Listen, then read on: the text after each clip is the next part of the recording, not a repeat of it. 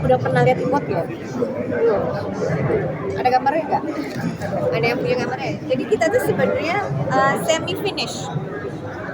Jadi aku produksi dari alumina, aku cetak di metal, aluminium, kemudian kita cetak-cetak. Nah, yang kita cetak-cetak tadi itu nanti baru dijadiin bahan material. Iya, ada yang ingot. Nah kayak gini. Nah ini tuh sebenarnya bahan baku untuk listrik. Jadi bukan aku yang ngasilin penampangnya ya, tapi I produce bahan bakunya. Bahan baku mereka berupa ingot, led atau kodril. Midstream ya Bu berarti masuknya? Sebenarnya Tengah ya.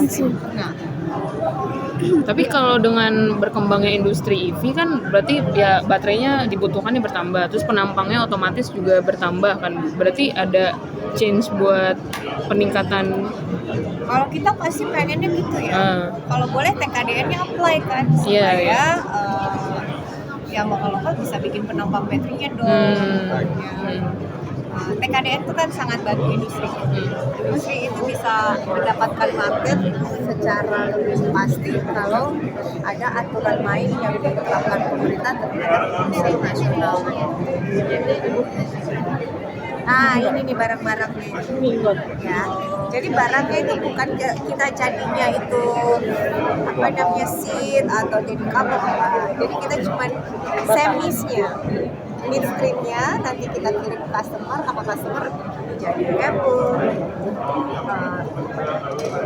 frame, jadi lembaran-lembaran. Yang tadi bertanya soal AS kira-kira ini sudah ada pasar dari Insya Allah sih ya, so far di semester 1 ini sih kita bisa jual di atas budget. Jadi di atas RKP itu di atas 4% ya, 4% di atas budget. Jadi kalau dilihat dari number itu, it looks not affecting ya. Nah, kemarin kita juga ningkatin juga penjualan ekspor ke Jepang sama Korea. Berapa persen Bu? Kemarin kita bulan ini itu sekitar hampir 2.500 ya Jepang sama Korea per bulan. Jadi harusnya sih kita bisa cari replacement.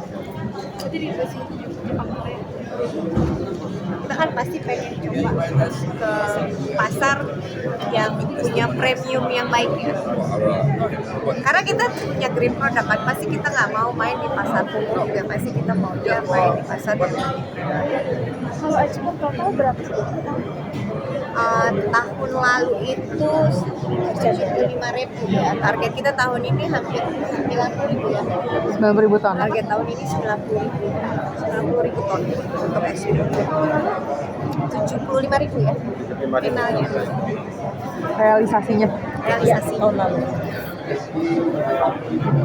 Siap, makasih Ibu Melati. Ada satu lagi, kalau terkait tadi kan Ibu bilang selama ini alumininya impor, terus kemudian ini udah ada BAI jadi lokal. Kalau itu berarti BAI udah bisa cover semuanya atau udah sama Ini siapa? kalau masa commissioning ini memang kan biasanya kalau lagi commissioning itu harus ketemu dulu speknya ya. Nah kita tuh masih belum masuk itu di Silika.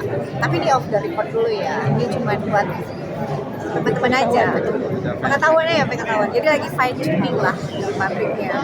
Tapi insya Allah begitu target kita kan di bulan Juli itu kita sudah bisa qualify alumina. Memang karena pabrik kita tua, jadi kita minta requirement itu grade 1. Tapi kalau kita mau jual hari ini ke pasar global itu bisa.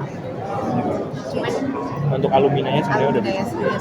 Nah nantinya 100% untuk smelter kita itu akan kita ambil dari SK dari BAI. Kemudian sisanya, jadi kan kita 275. Kalau 275 itu berarti aluminanya kali 2. Jadi sekitar 550. Nah, 450-nya nanti kita ekspor. Jadi dari total 1 juta. Nanti setelah fase 2 kan kita kan mau masuk ya, kita FID tahun ini tambahin 1 juta lagi sama FID untuk smelter. Begitu smelter itu jadi 900, pemakaian alumina kita itu 1,8 juta. Jadi yang kita ekspor cuma 200. Jadi secara balance kita bangun smelter sekaligus aluminanya. Jadi harusnya sih secara material balance dia aman. Dia nggak mengerus juga keekonomian kita di aluminium. Dan hilirisasinya berjalan. Nanti kalau target untuk BAI bisa full support ke Inalum, By end of this year target kita. Itu juga jadi KPI-nya BAI sih. Ya, mereka harus bisa provide kita 100% dari kebutuhan kita ya. Itu memang target kita begitu kan. Tahun depan itu 100% harus dari BAI sampai sini. Jadi 550.000 itu kita harapkan sudah dari BAI. Kadang kan kita invest sudah $941 juta ya. It's a quite significant one.